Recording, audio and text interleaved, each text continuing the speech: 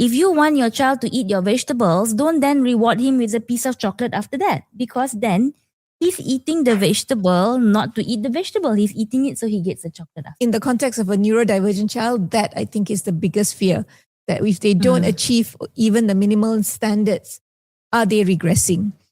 That to me is something that you need to self-regulate, to say, is this just a one-off moment? Do I observe? Do I see if this happens repeatedly? And jangan kritik. Hanya gunakan perkataan-perkataan yang memberi semangat saja, motivate.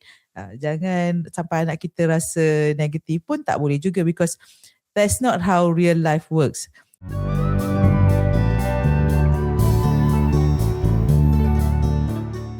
Hai, selamat sejahtera. Selamat datang ke episod 104 Kita Family Podcast. Di Kita Family Podcast, kita meraihkan neurodiversity kerana setiap minda unik, setiap cerita bermakna dan setiap keluarga ada kisahnya. Hai, saya Desiree dan bersama-sama saya di studio hari ini adalah Anit. Hello. Dan Didi di Kota Kinabalu, Sabah. Hai, Assalamualaikum. Hari ini Nori dan kakak SK tidak dapat bersama-sama kami, tetapi mereka mengirim salam mesra kepada semua. Topik kita pada hari ini adalah berkaitan dengan kemenangan dan kekalahan dalam konteks anak-anak kita yang neurodivergent dan bagaimana mereka menerima kritik atau kritisism dalam apa saja konteks lah, ya.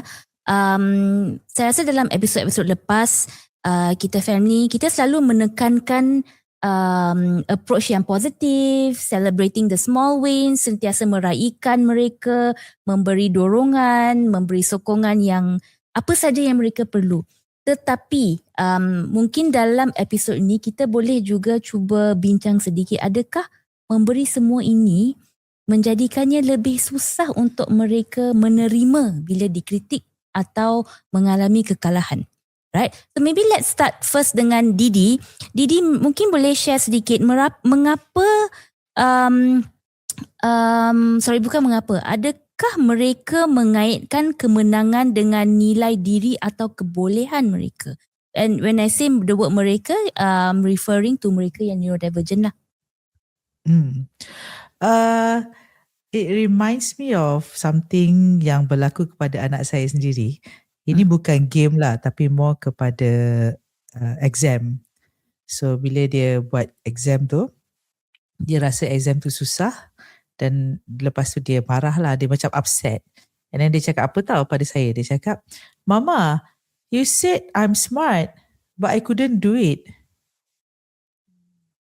So definitely memang bersangkut paut dengan self-esteem dan juga expectation.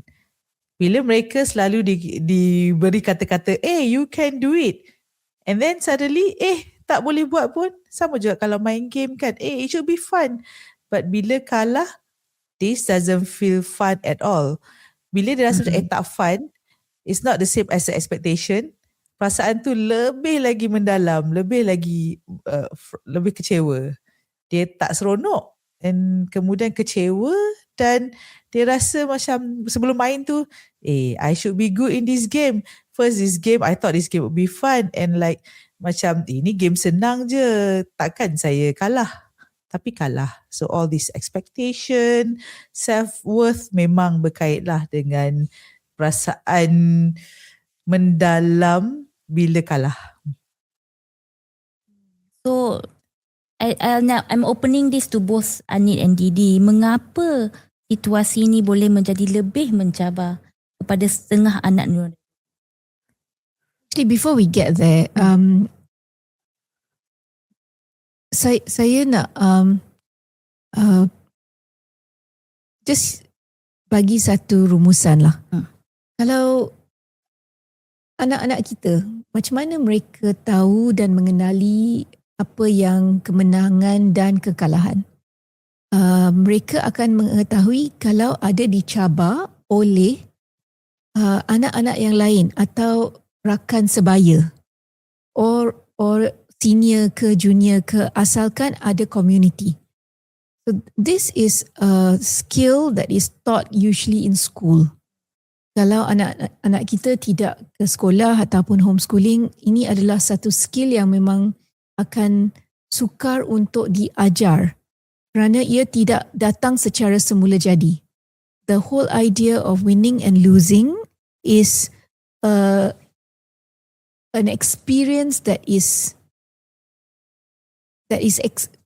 you cannot teach in theory. It's learned behavior. Absolutely. Kan? It's called learned behavior. Yes, so it's not a theoretical thing where you can tell them, oh kalau menang macam ni, kalau baik macam ni, kalau kalah macam ni.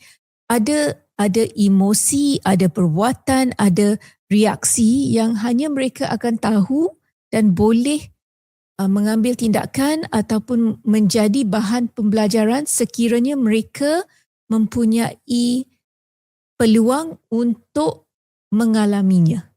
So for those yang katakan school kadang-kadang tak ada benefit, memang ada benefit on life skills like this of learning to win and lose. Mungkin dalam group work ke di sekolah ke mungkin ada pertandingan mencerita atau pertandingan berbahas, pertandingan puisi atau apa-apa pertandingan. The idea of a competition is to reward excellence. Itu adalah teori semasa pengajaran. Betul tak Didi? When you learn even teaching. Right? So the idea of competition is to create some sort of standards, to ask them to reach those standards. Dan walaupun itu adalah satu perbuatan individu ataupun berkumpulan, ini adalah menjadi satu yardstick.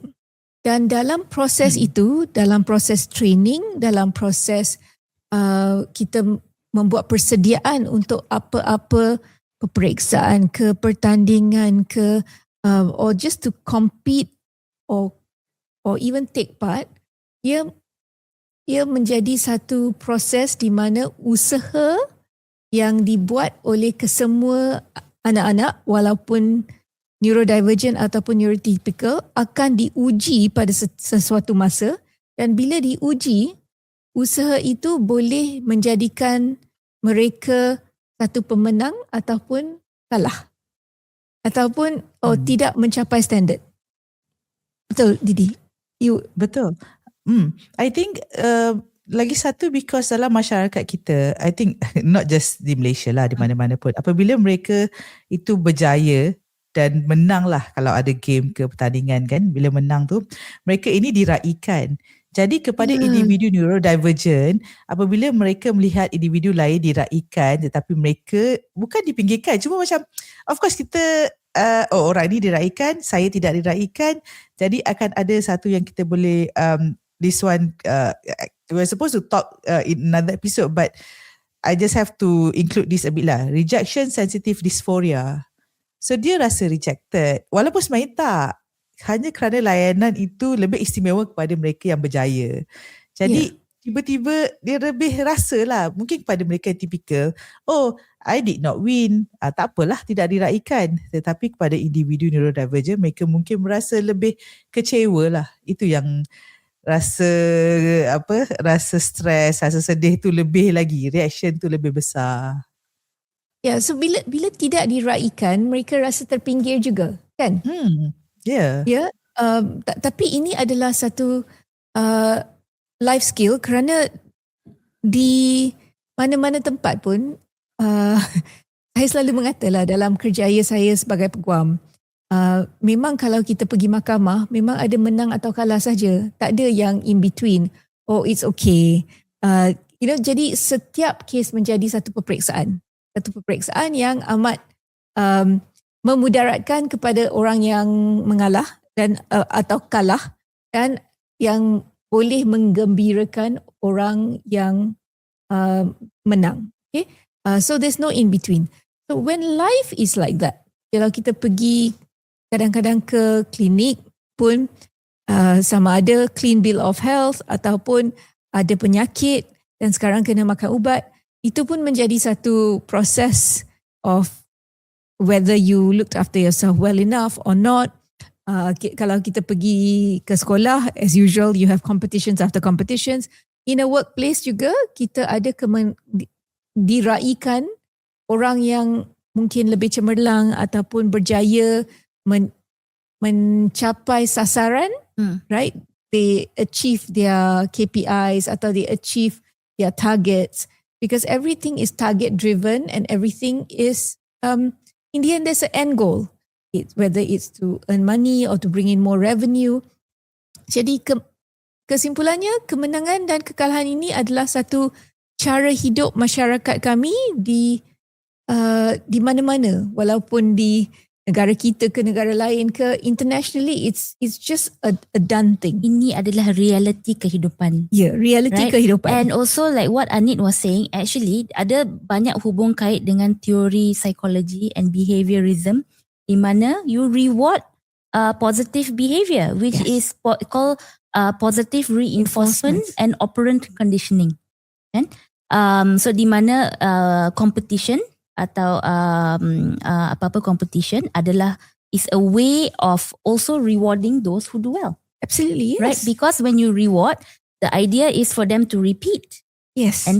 And keep on doing well and doing better. But I'm going to pull us back in now to our core and it's topic. To inspire others to also want to achieve.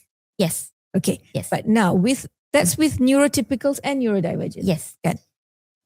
Tetapi anak-anak neurodivergent ni, macam Desri cakap tadi, ada positive reinforcement. Ada dikatakan kalau you comply like this, dapat stiker ke, dapat another star ke, and after so many stars you are allowed this sort of reward. Dia work towards something. Yes. Okay. So tapi bukan semua orang subscribe to that now. Exactly. Yes. Right. Yeah. But I think I want to bring us back to the concept kalah dan menang and how our children deal with loss bila kalah. Okay. But before we get there, so that concept which is now becoming a bit controversial, was that coined up because it was to allow people to go into mainstream society. I am putting this out because the more I look at it, there's some aspects of that which actually help neurodivergence cope. Yep. Was that tailored for that reason, or was that just to ensure compliance? That is actually a very big topic. My personal view, it was to ensure compliance. Okay. But I'm not saying that it's a bad thing. Memang dalam certain scenario, memang berpatutan kita buat benda macam ni to reward our children for their effort. Right? So if say my son did really well in a school exam, for example, of course I'm going to reward him. I'm not just going to pat him on the shoulder and say, hey, good job. But there is the other premise of certain approaches that say, if you want your child to eat your vegetables, don't then reward him with a piece of chocolate after that. Because then he's eating the vegetable not to eat the vegetable. He's eating it so he gets the chocolate after. So what is the nutritional value? So I think there is no right or wrong or black and white in this. It really depends on the situation. Kan? Apakah situasi tersebut? Apakah konteks tersebut that you want to give a reward? Like for me, if you ask me as a mom, I'm not going to reward you for eating your vegetables with a chocolate. Right? Okay. Then it defeats the nutritional value in the first place. Yeah. Right? And it defeats the lesson. Yeah. I would rather find ways and means to make eating vegetables fun. Okay. And for you to want to do it. Right? So anyway, that's my take on it. Tapi Didi macam mana? Yeah, I think kalau kita keep rewarding, say like in this case, good behavior, sampaikan tahap macam sebenarnya internally the child feels that bila dia sort of like not misbehave lah, like macam not doing the thing that expected of him or her, tak dapat reward. Macam Aisyah cakap tadi lah, dia rasa rejected sebab bila buat macam ni tak dapat reward, and then dia rasa loss of sense of identity. If I become myself, people are not happy around me. So itu yang macam it's very dangerous, because we want people to accept all the, kan anak-anak kita as they are lah, like terima betul-betul. I macam ni ke, I macam mana ke, you still sayang. Tapi kalau there's like a condition, kalau you buat macam ni je, you be rewarded, and everything feels so competitive. It's all about getting reward. It's all about winning. Tak boleh juga. It's just not natural lah sebenarnya. So gamifying your life to that extent, I think it's not good at all. Itu yang akan menyebabkan efek pada self-worth. They're always thinking of apa orang lain akan respond bila saya buat macam ni. Apa orang lain akan ni kan, apa terapis saya akan ni, apa ibu bapa saya akan react bila saya buat ni. Tak boleh jugalah. So itu yang macam, yeah, it's an evolution jugalah kan, kita daripada dulu all this knowledge on how to manage to teach, to mendidik anak-anak autistik ni. Well, we're still learning lah. So Didi, are you saying that it can lead to emotional dysregulation? Kerana there's always standards to keep up to? Dia macam nanti lama-lama everything is externalized. You know, dia tak ada self-satisfaction. If I do this, I get the reward, I feel happy. It's not about, oh, if I do this, I feel good. And yeah, I want to be this kind of person. You know, because terlampau banyak sangat conditioning.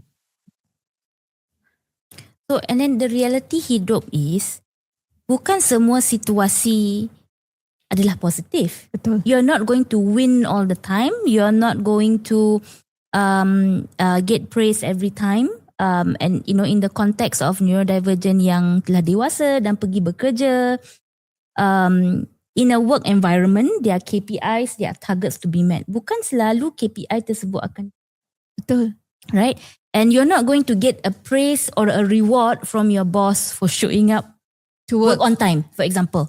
And because a lot of the time, this is what we do with some of our kids. Okay, you put on your shoes in how many seconds you get a star, or you get this, you get that. Tapi reality hidup bukan begitu, right? So then how do we teach them to cope with the realities of life? And I think one of the things is kita cuba memahami dulu mengapa kekalahan ni, they experience it in a more profound manner than we do, right? And I think we have a list of why, kenapa ia lebih mencabar, kan? Contohnya kesukaran mengawal emosi, the rigid thinking, suka menerima yang di luar jangkaan. A lot of our children are perfectionists. Kalau dia nak buat sampai perfect. And rasa tidak adil apabila peraturan atau keputusan tidak seperti yang diharapkan. For example, sekarang musim bola kan, and a lot of it is in the eyes of the beholder. Kalau player dapat red card, it's a bit kadang-kadang katakanlah tim kita yang dapat red card, kita yang rasa kecewa, and we will find all the ways and means to say, tak adalah, referee is one-sided. So I just wanted to emphasize why it's harder for our children, because when it comes to peraturan, mereka akan ikut. There is no in between. If you say it's a rule, it's a rule. Right? So sukar untuk mereka faham, kadang-kadang there is that a little bit of leeway. Katakan, okay, an example. Someone comes late to school, tetapi dia ada excuse yang munasabah. It was an accident, an illness. So dia tidak didenda. But do you think our neurodivergent kid faham tak? To them, dia tak kisah. Kenapa? Kenapa dia tak didenda? Sebab bila saya lambat, saya didenda. Right? Because of the literal thinking. And sebab kalau ada peraturan, mesti diikuti. And okay, so maybe Anit or Didi, do you want to share a situation where your neurodivergent child had to deal with a situation where they lost a game or didn't do well in something? I think Didi may have more stories on this. Would you like to share one? Of course, macam anak saya suka main video game.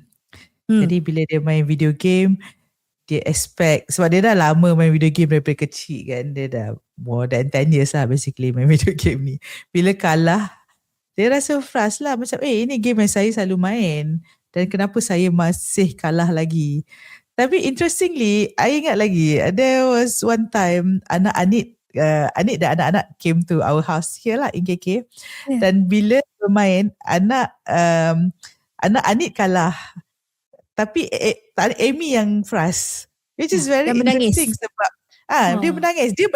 Dia menang. Sahana yang kalah tapi dia yang menangis sebab expectation dia. Macam takkanlah game senang ni pun, tapi sebab anak Anit pun baru belajar main kan. Jadi betul lah, it's about expectation. Dia expect dalam kepala dia rasa macam boleh ni, mesti boleh. Dan kemudian regulation lah, emotional regulation. Dan dia mengharapkan, macam saya cakap tadi lah, macam I think I said it before the recording just now. So dia expect dalam bila main game tu seronok. Bila berlaku sikit je pun menyebabkan frustration, tapi sebab dia tak expect akan frust dalam situasi tu, so dia punya frustration tu lebih mendalam. So kat situ macam alamak lagilah macam confusing sebab you menang tapi you frust sebab you expect orang lain janganlah kalah sangat macam tu. So yeah, itu one story. Janganlah kalah sangat. I love that. Kalah tapi janganlah kalah sangat. There's different levels of kalah, right? Yeah. So like what Anit was saying just now, competition actually can be healthy because then you have ranking, kan? So that's where you get the notion of kalah sangat. How badly did you lose? Right? Okay, so now I nak balik kepada Anit. I have a question, right? Yeah. Adakah untuk ibu bapa lah lebih suka untuk menerima kekalahan anak berbanding dengan anak tu sendiri? And this is in konteks anak kita yang neurodivergent. Okay, I think kesemua ibu bapa memang mempunyai satu expectation lah untuk anak kita. Kita tahu anak kita ni macam mana. So kalau perkara basic yang mereka dah buat berkali-kali, yang tu pun tak boleh buat, memang kita pun menjadi frust. Sebab kita dah banyak menggunakan masa, banyak menggunakan cara-cara, taktik-taktik, work with therapists to get them where they are. And then it's like, for me especially, is always a big question. Is that a sign of regression? Is that a sign that, something's going wrong? Sebab kita mungkin start to question ourselves. That in the context of a neurodivergent child, that I think is the biggest fear. That if they don't achieve even the minimal standards, are they regressing? That to me is something that you need to self-regulate, to say, is this just a one-off moment? Do I observe? Do I see if this happens repeatedly? And that's a lot of self-talking that you have to do to yourself instead of taking it out on the child, because we all have bad days. Bukannya semua kita boleh buat dengan perfect kepada sempurna bagi setiap kali. Sampai sekarang saya boleh ada typo error. Kadang-kadang masa mengeja tu, betul ke spelling ni? Nak guna spell check. Padahal dah guna perkataan itu berkali-kali. So it is quite natural. So dealing with it yourself helps the child, because I learn dulu memang mungkin more reactive, tapi sekarang kalau saya tanya, is that right? Tiba-tiba anak tu akan fikir semula. Tapi that phrase is also not so good, because it used to happen with Nirav. If I cakap je, is that right? Terus dia akan padam. Padahal saya nak dia double check. So I learned that if I want them to double check with a neurodivergent, I have to say, just double check and see if you have come to the right answer. Tapi kalau you cakap, is that right? Which was, it's a way of maybe telling a neurotypical child, double check. Anak neurodivergent ni, kalau dia tanya macam tu, pasti dah salah. Sebab dia lebih pandai daripada saya. Terus rap. So, that is a mode of communication that I found with time I had to change. Dan I tak boleh tanya soalan macam tu. Dia akan terus rasa bahawa dia dah buat salah. Okay. So, kita dah banyak juga berbincang this first half.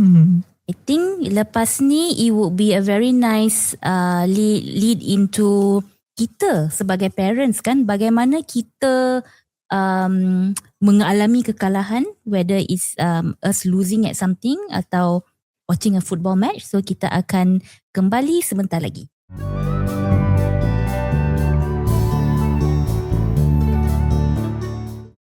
Hai, selamat kembali ke episod 104 Kita Family Podcast. Hari ini kita berbincang tentang konsep kalah atau mendapat criticism dalam konteks anak-anak kita yang neurodivergent dan bagaimana mungkin mereka manage emosi mereka, or how sometimes it's a bit harder for them to manage loss, losing something or losing a competition. So now let's come back to us parents lah kan. Sekarang ni kan musim bola. Mereka yang biasa tak tengok bola pun akan tahulah tim mana yang famous yang tiba-tiba kalah. Right? So let's talk a bit about this, because this is when those of us who are big fans of certain teams, we actually react in a very, very big way. Right? And how much of this actually rubs off on our kids. So maybe let's start with Anit. I know dia memang supporter beberapa team or satu team. I don't know. Maybe Anit, you can enlighten us. How do you feel when your team loses, and what kind of reactions do you have? Okay, I think with sports, it's a more passionate feeling. You react with a lot of intensity. Memang kalau geram tu sampai boleh jerit, kalau menang tu sampai boleh lompat-lompat, sampai throw your fist in the air. It happens with all sports, and with the World Cup, memang emosi tu memang sangat membara sampai sanggup bangun pagi, subuh yang tak pernah-pernah untuk tengok bola, sebab itu menjadi satu ugama yang lebih. Ugama? Oh wow. Anit is real hardcore World Cup fan, everyone. Just for the record. It comes once in 4 years, so bolehlah berugama. Okay. Dalam 4 tahun sekali. Untuk menyokong pasukan kegemaran. Kalau adalah. Kalau pasukan tu dah kalah, then macam rasa, okay lah, tak payah, tengok aja highlight. Tapi anak-anak pun akan tengok kan bagaimana kita beria-ia nak cakap seperti ahli-ahli dalam pasukan itu adalah ahli keluarga sendiri. Tapi bila kalah macam mana? I want to know, how do you react when your team loses? Sebab kalau kalah tu nangis lah. Nangis? Oh wow, this is a very big emotion. Ada yang nangis, ada yang menyalahkan referee, ada yang cakap tak adil. Tantrum. I tak sampai tantrum, tapi memang buat analisa yang sangat mendalam lah. Macam mana benda ni boleh jadi? Kadang-kadang rasa, hey, that's not my team playing. My team's not like that. That's not it. Padahal it may have been a bad day. Denial lah. I think Denial pun ada. What, the 7 steps of grief So you go through absolutely. that different emotions. Interesting. This is a side of Anit that's very new to me. And I must say I like it. Kan diri tak pernah dengar Anit so passionate sampai macam ni. And of all the things, it's World Cup that she's so passionate about. Among other things lah, memang passionate pasal our neurodivergent community dan segala-galanya. But this is outside of that, and I think that's great. So I think the point that we're trying to make here, kenapa kita share benda ni, sebab the intensity of emosi actually dalam masa tersebut, sama ada menang atau kalah, and of course we want to emphasize a bit more on the kalah bit, right? Anak-anak kita sebenarnya memerhatikan how we are reacting, and it is also a glimpse of how intense anak-anak kita rasa bila mereka kalah. So walaupun if it's like a game, for example, kan, game yang diorang main hari-hari, they feel it on that intense level seperti kita mengalami dalam musim World Cup ni. Kan? And I know Didi has some points to share on that. So Didi, we're going to go to you now. Didi pun macam ni kan?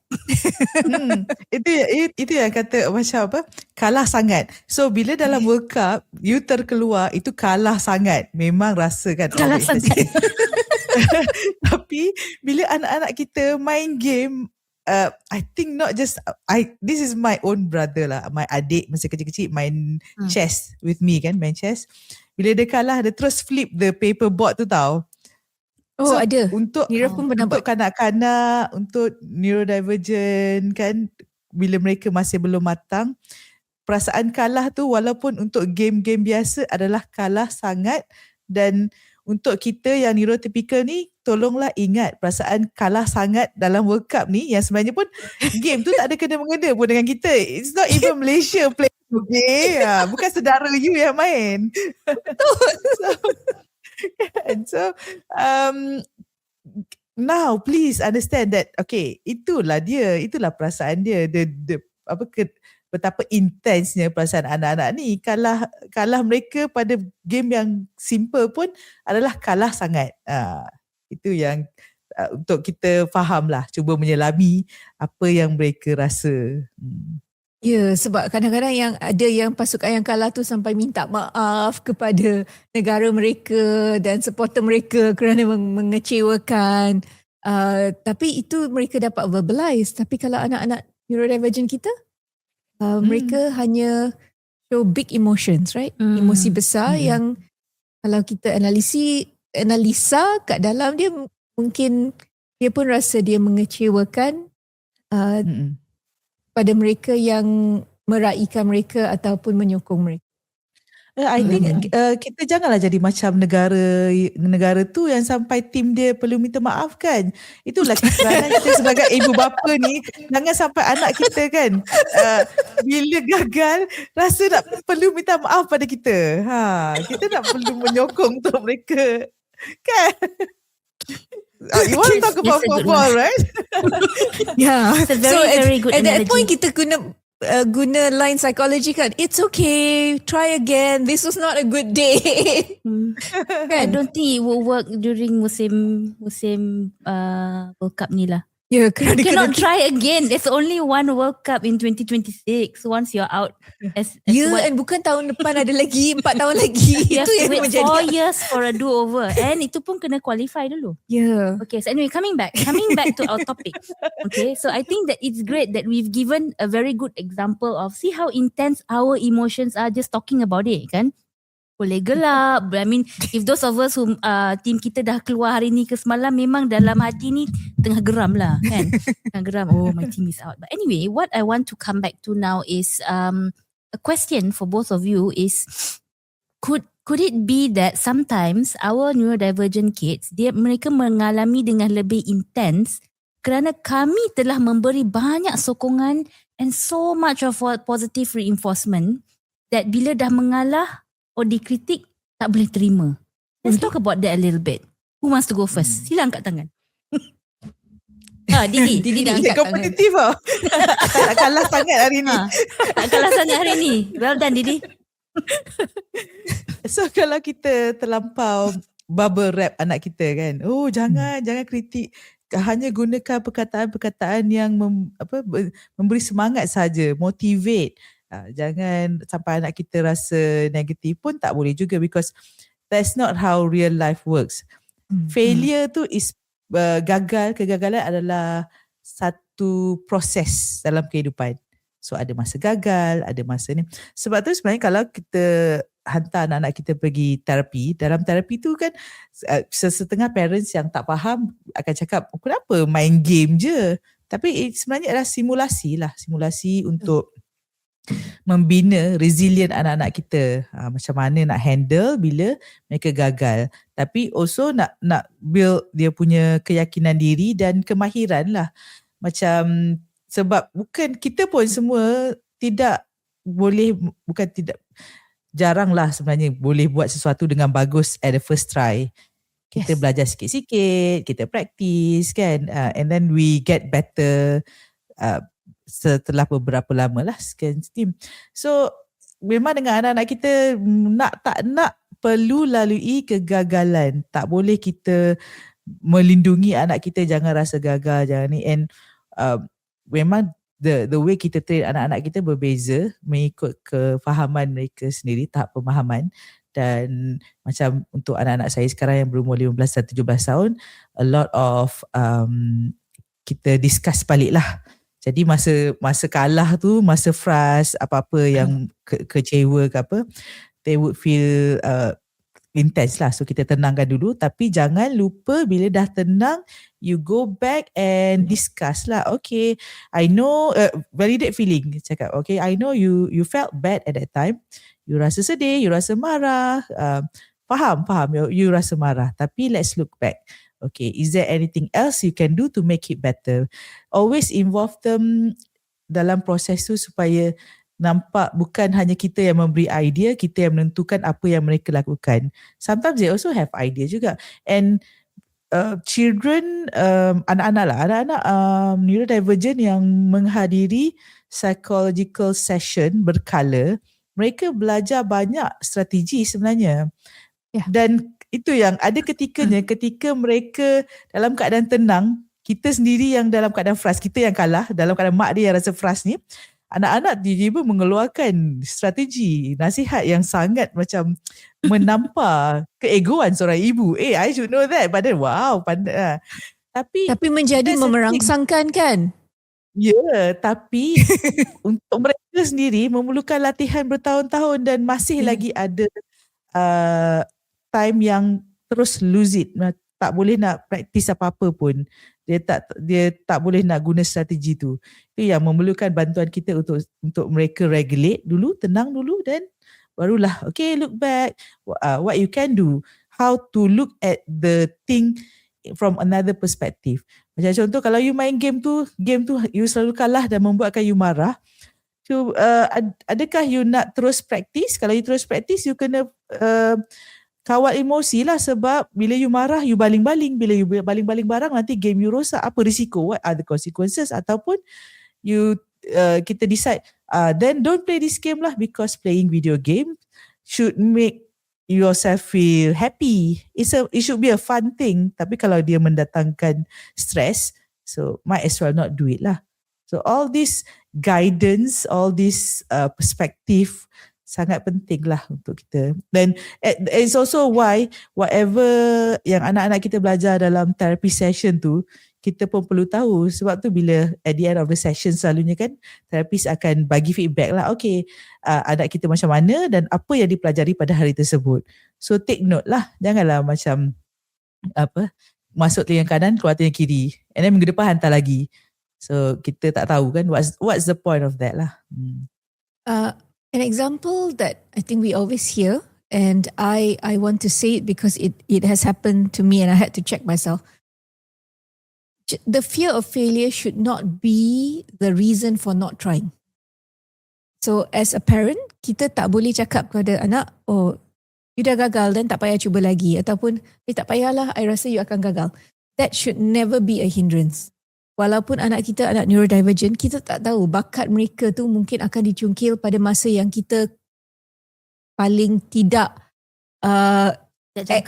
jangka, tidak expect, tidak tahu, tiba-tiba ada juga bakat dia. Tapi kalau kita fear, oh tak payah suruh dia cross the road, nanti kena pula dia tak fokus ke apa-apa.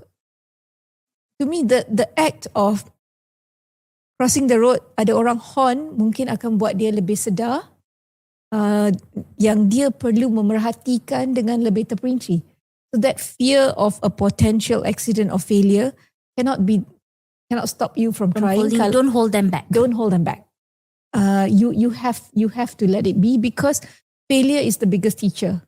We learn that in all our psychology classes, and the psychologists macam lah. Ayat-ayat yang terpaling itu kan. It's okay, try again. This was just a start. Banyak digunakan. We will try again next time and see if we can do better. If we've done it in 5 minutes today, we do it in 4 minutes the next time. Ini menjadi satu pedoman dan juga satu inspirasi untuk anak-anak kita masih bercuba dan cuba berulang-ulang kali, yang mungkin membawa satu pengalaman yang positif. Mungkin tidak menjadi kemenangan, tetapi usaha itu akan membawa satu positive outcome. Okay, betul Anit. So sekarang kalau boleh, kalau sudi, saya nak Anit share bagaimana Niref bila dia mendapat kritikan atau dia kalah dalam sesuatu, because I believe his response is a direct result of what you just said, right? So can you just share what his reaction is? Yeah, and to me dia macam response dia is kurang typical of our neurodivergent children lah. So that's why I really want you to share it. Okay, so a lot of times when dia dikena marah kerana tidak buat sesuatu, it's okay, I can try again. It's okay, the effort counts. Ini menjadi satu yang dia akan ulang kali. I can try again, right? We can do this again and I will do better next time, or we can do better next time. Dia juga menggunakan ayat-ayat ini untuk adik-adik dia kalau mereka juga rasa kecewa. It's okay, you did your best, you did try, and that matters. We're going to try better next time. So maybe it's years of therapy, maybe it's years of positive reinforcements and years of bagi semangat, tetapi itu juga menjadi mantra kepada dia. So this I believe is a direct result of modeling. So dia belajar dari Anit, dari kawan-kawan, dari therapist. And I think, before we started tadi kita ada bincang sedikit kan, that where do our children learn things from kan? So it's and when it comes to winning and losing, we said it's learned behavior kan. Yes. So dari mana mereka pelajari semua ni? Dari kita. We are the first models to them kan. And of course they learn it from friends, teachers, therapists, and also those who watch things online. They also learn it from TV programs. And so I think Didi had a quote he wanted to share. Yes. If you still sudi to share the quote. Okay. I remember lah masa my daughters kan kecil-kecil. So masa tu belum lagi mula pergi jumpa psychologist, baru pergi jumpa occupational therapist dan speech therapist lah.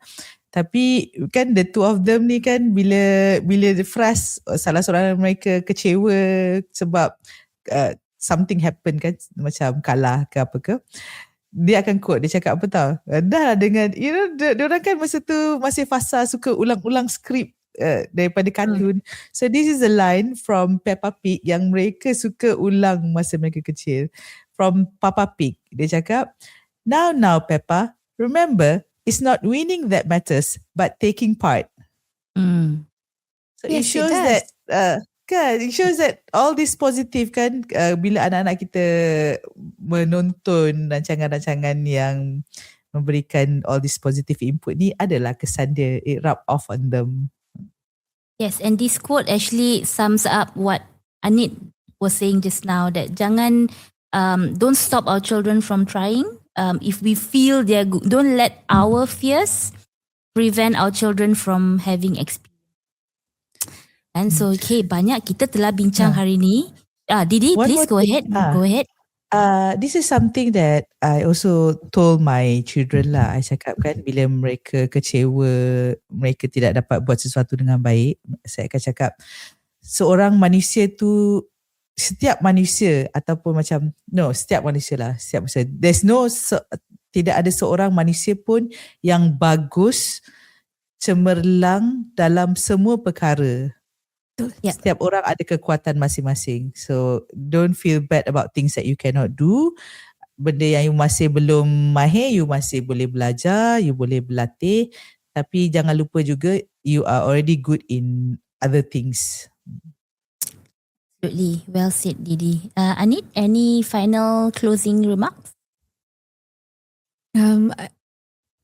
For life skills, I think it's very important to allow the kids to try and try again. Kerana we've always said that anak-anak neurodivergent kita, mereka ni kadang-kadang lambat sikit, tapi they get there.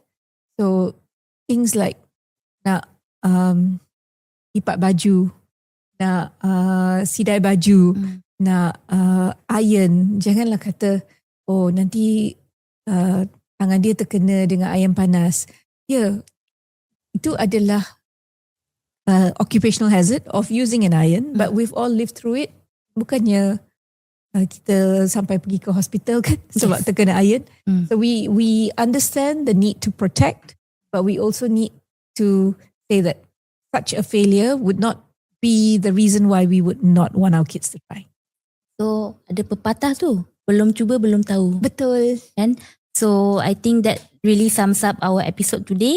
I would like to say, don't let our fears prevent our children from having full experiences of life. Kan? Kehidupan ni penuh dengan a lot of different things. Ada yang baik, ada yang tak baik. But our children have to experience it all, and that's how we prepare them for the world. So with that, inilah episod ke-104 Kita Family Podcast. Seperti biasa, like, share and subscribe. We are on YouTube, Spotify for full episodes dan juga di social media TikTok, Instagram dan Facebook. Dan kami telah pun melancarkan Kita Family Support Group. So kepada mereka yang duduk di area Klang Valley, KL and Selangor, check out our posts on our social media to find out our dates, and please come and join us. If you feel that you just need to sit in a group of people to just listen, you can, or if you want to share, we are here to listen. So with that, we are signing off from Kita Family Podcast, episode 104. See you again. Bye. Bye. Bye.